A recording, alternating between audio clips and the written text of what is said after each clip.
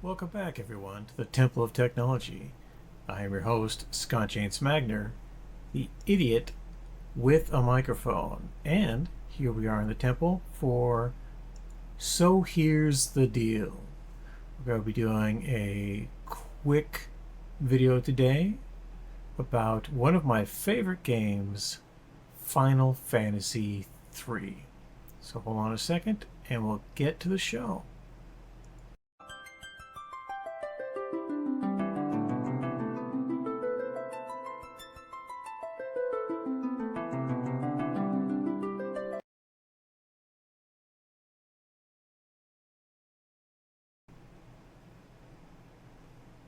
So Final Fantasy III is one of those unicorn games where people think they've played it, but they actually haven't. What we know in North America as Final Fantasy III was actually Final Fantasy V, but since 3 and 4, which were originally released in Japan, never really quite made it across the pond, they just rebranded it as Final Fantasy III. In particular, Final Fantasy III was released in 1990 for the Nintendo Entertainment System, or Famicom, Family Computer, as it was known in Japan. The game was the first one to have a customizable job system. It built heavily on the bits from Final Fantasy 1 and 2, the open world questing, the above world, the below world. It's really a fantastic game. And I've played a lot of this game over the years, but it's been about 20 years since I last played it. Because I played it on my Nintendo DS. And I had a great DS that was branded for the Seattle Mariners. Before we had smartphones or anything cool like that, sometimes embedded devices would be the way to go for certain types of content. And the baseball team here in Seattle, the Mariners, was owned by Nintendo at the time. And so they had a branded Nintendo DS. And one of the games that I got for it was a collection of Final Fantasy games, including the previously unknown unreleased Final Fantasy III. I also owned Final Fantasy III as part of a PlayStation archive. For the original PlayStation, it had 1, 2, and 3. I had 5, 6, 7, a whole bunch of things, and that's really valuable for me because my first PlayStation game was Final Fantasy VII, and I have been playing Nintendo versions of Final Fantasy for a lot of years. So my my history with this game, my background with it is I've played the living shit out of all sorts of Final Fantasy games, including ones I didn't like all that much, like Final Fantasy Tactics. And when I had the opportunity to play one that I hadn't played before, it was a big deal, and I played a lot of it. Sadly, I lost my Nintendo DS on a Greyhound bus while I was traveling originally in Washington for a gaming convention, and I never saw it again. And I just never ended up buying another one because I was playing City of Heroes by that time, and I had another outlet for gaming and what I wanted to do as a gamer. But a few years back, specifically about 5 years back, not only did Nintendo come out with archive omnibus editions of the Final Fantasy series for the Xbox and PlayStation, but they also came out with a Steam version, and not just the original Final Fantasy III, but an updated 3D conversion of the game, which is what we're going to be talking about today. So, with all those things in mind, let's look at the trailer, or rather the intro video for this game, and then we'll go into my first impressions of it.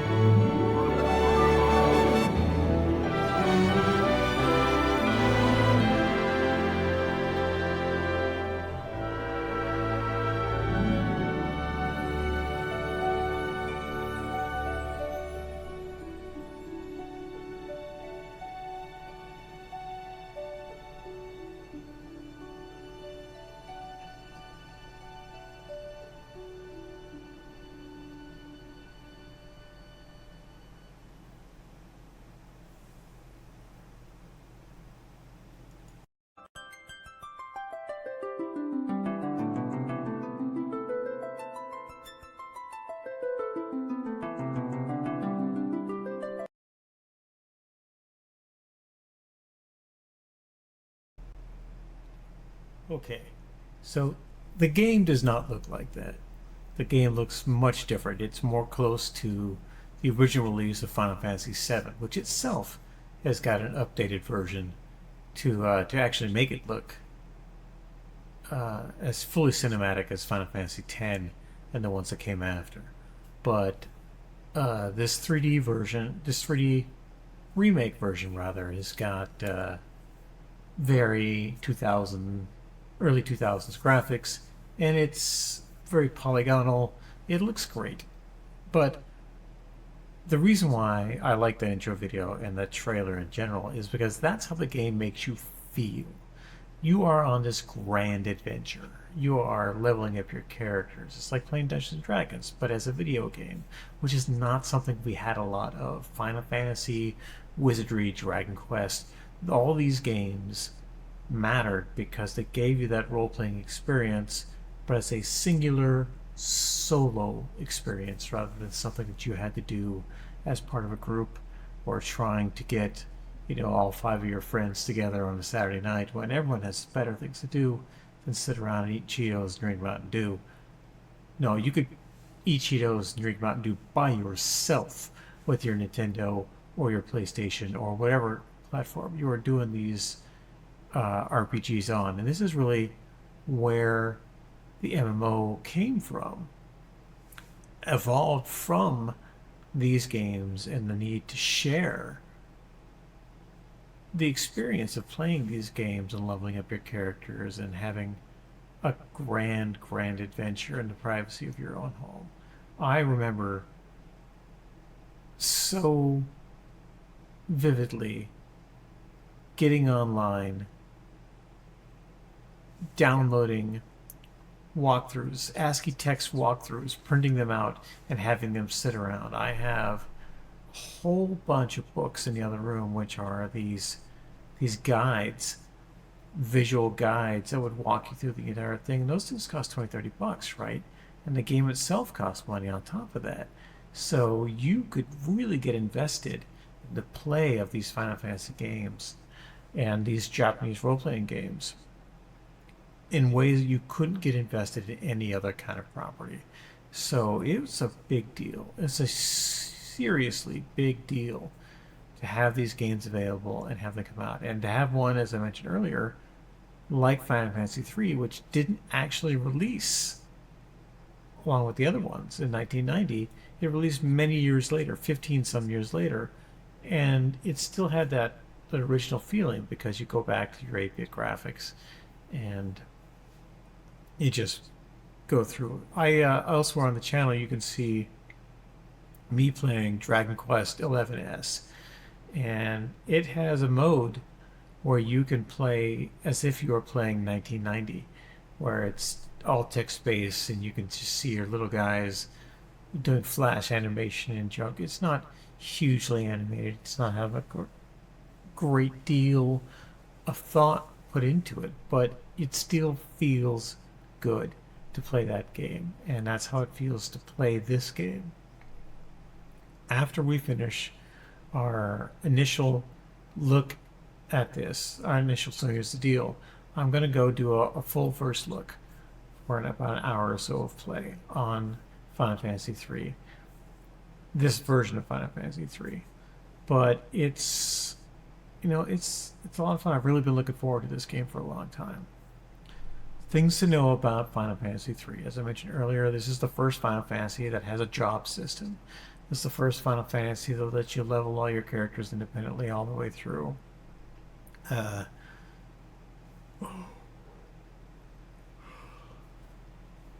This is the first Final Fantasy that introduced special skills for character classes.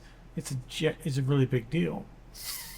And it had a really good story that flowed all the way through it that we didn't get to experience for some 15 years after the game came out. But the game that we did get to know as Final Fantasy III was really, really good in Final Fantasy V. And in contrast, I think Final Fantasy III, the actual Final Fantasy III, is a much better game because everything was new, everything was sharp and focused. and cutting edge for the time. In interviews, the creator of the game mentions that the video game platform ecosystem was evolving so fast that the Nintendo Entertainment System, the Famicom system, was already 5 years old by the time that Final Fantasy III came out. And the Super Nintendo was coming. It was coming, coming, coming, coming, coming. And they didn't have the time to update it to 16-bit for the SNES. So they just didn't. And Final Fantasy 5 or 3 was early enough in the development process where they could move it along to the next platform, and they could move it along to the Dreamcast after that, right? Not not the GameCube after that, rather. And then eventually the Wii had versions of Final Fantasy on it, and it just keeps churning up faster and faster and faster. You get these new game systems, and your old games look like crap. But when you can take the time to update and reimagine these games, as with this 3D remake, it gives new life to them. And I own a lot of these things. In fact, that video was from Steam, right? And that's where I have this particular iteration of the game is as a Steam download. I have many, many, many, many games on Steam that I just haven't got around to playing, but I knew I had to have. I needed to lock them in when I had the chance to do so. And we'll talk a little bit more about that in our next section.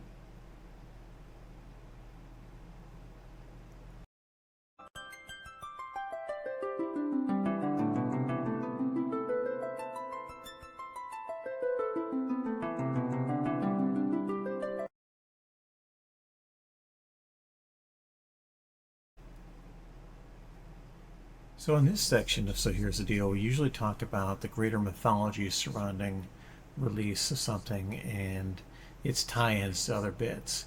So the main thing about Final Fantasy III is that, well, it was released in 1990, and it was actually one of the best-selling games of all time in Japan. It didn't release to the world at large until many years later. In fact, it was 19 years later, in 2009, when the game was re-released through emulation software on the Wii. And then 5 years after that, it was released on the Wii U. But this 3D conversion, which was released for the Nintendo DS, was released in 2006.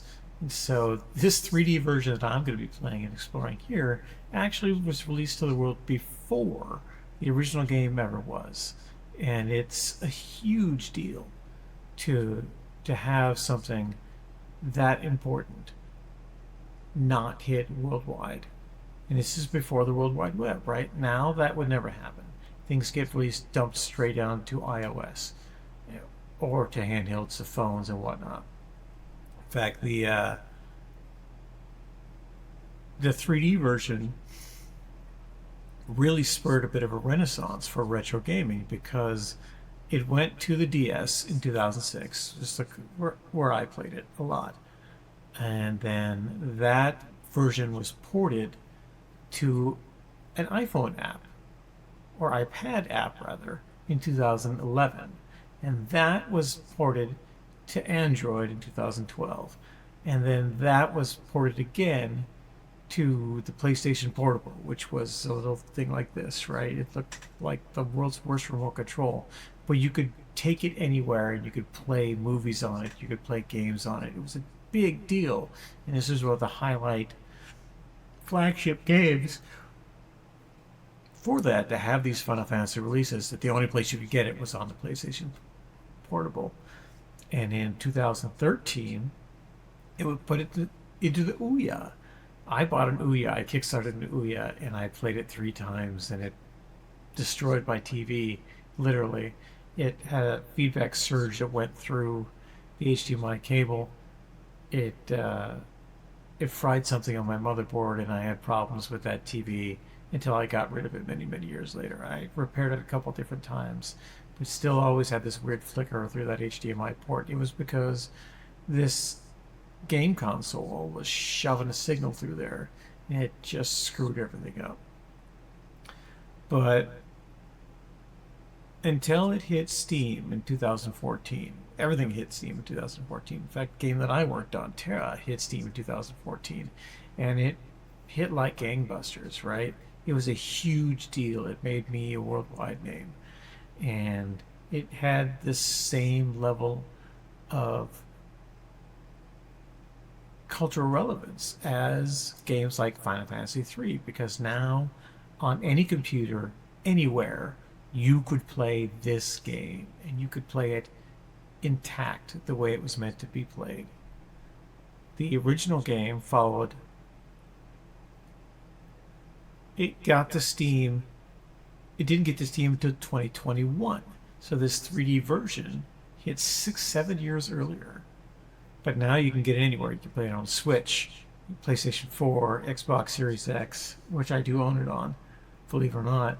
I just happen to be going through this Steam version first because A, I got to clear out my games drive, but B, I bought this game. I own it. I need to play it. I need to experience it all the way through. This game, as I said, it shipped millions and millions of copies in Japan. It was voted the 8th best video game of all time, above Dragon Quest IV. Now, Dragon Quest IV did hit in the United States, and it did hit awesomely. But Final Fantasy III was a better game, even though Dragon Quest was really cool, because Dragon Quest was one of those things that really took off on Super NES and definitely took off on the PlayStation.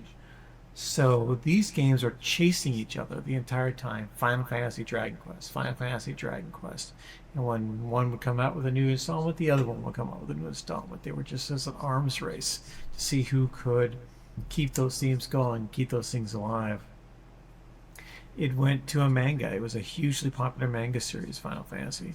It had an anime surrounding it, and it definitely, while it is itself anime influenced, the game play influenced other animes going all the way through. And so without a game like Final Fantasy III, we don't have a lot of the popular culture. We don't have this huge renaissance of animation and fantasy tropes and the games that we can play now that we have because of Final Fantasy III.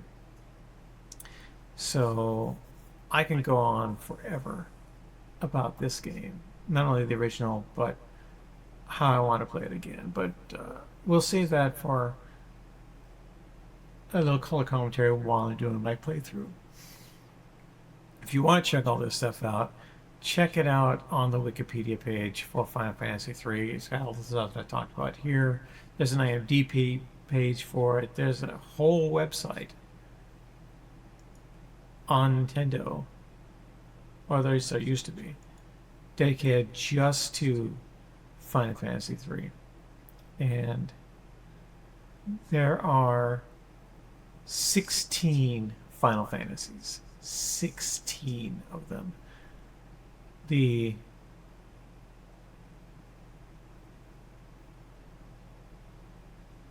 mean, I'd love to play them all. I'd love to talk about them all over and over and over again, but I have to admit I have only played 11 of them.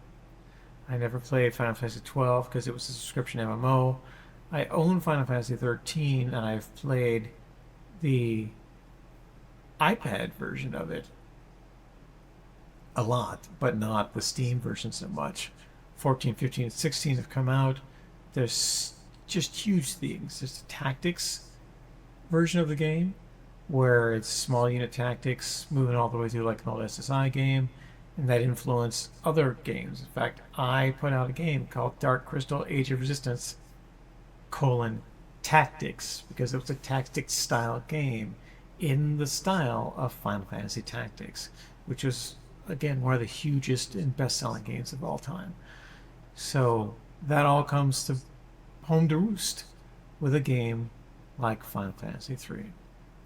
And I'll be back in a moment with my final thoughts.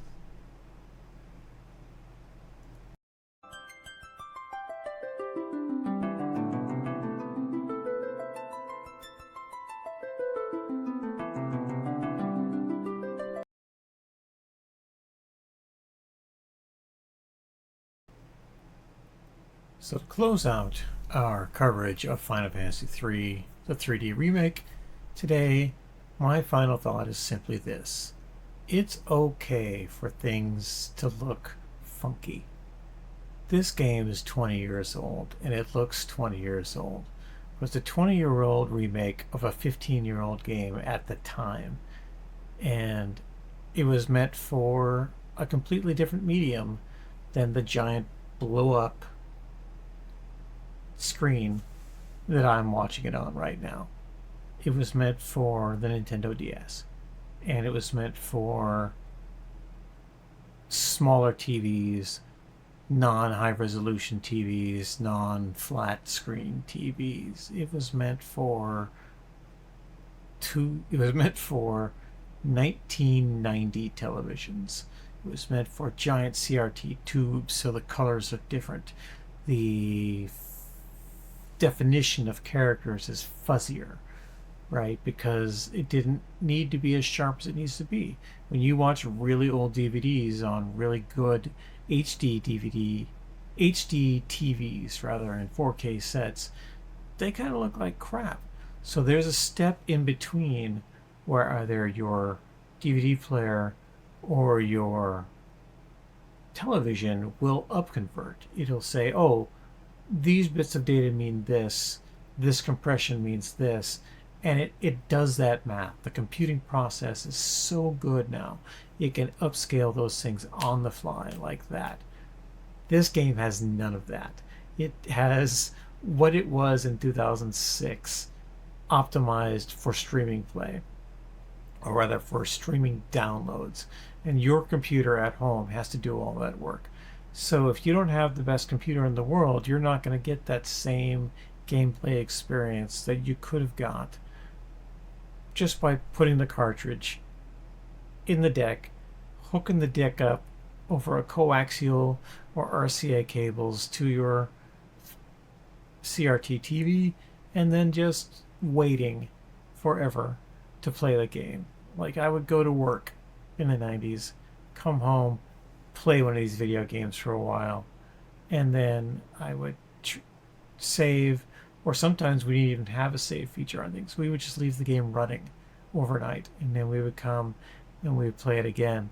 Sometimes, when two or three of us wanted to play, sometimes we would, a Nintendo game, we would overwrite each other's saves by accident because we couldn't wait to play, Nobunaga's Adventure in the Three Kingdoms. Final Fantasy games in general are an inherently solo activity. There are MMO versions of Final Fantasy games, and they're great versions of them, but they're not the same feel of a very intimate, very solo, very insular game experience, and that's what Final Fantasy III gives you. So that's it for now. Thank you very much for your attention. I have been your host, Scott James Magner, the idiot with a microphone, and this was So Here's the Deal. And while you're thinking about ways that you can help me to do these videos, why not buy some books? I mentioned at the beginning of this video, this is an RS Entertainment webcast. RS Entertainment is the small press that I own and operate. We're a progressive publisher who focus on independent authors and the stories that they tell. We have all sorts of science fiction and fantasy and horror novels up at the website. In fact, you can go there right now and get a free book written by me called Homefront, my 2014 novel. You can get it. It's free. Right there. You can also buy signed copies. You can buy copies of books, physical copies of books by other people, and we're going to have some more RS Entertainment news in the next few weeks. But that's how you help us out. That's how you monetize this stream. Buy some books, share some books, buy books for other people. That's really important. You can have your singular solo experience of reading my books, and then you can hand that book to somebody else and ask them, hey, I really like this book, I want you to have it. That's the way you should do it, I think. Well, I have been your host, Scotch's Bag of the microphone. My video is ending, and you should have a great rest of your day.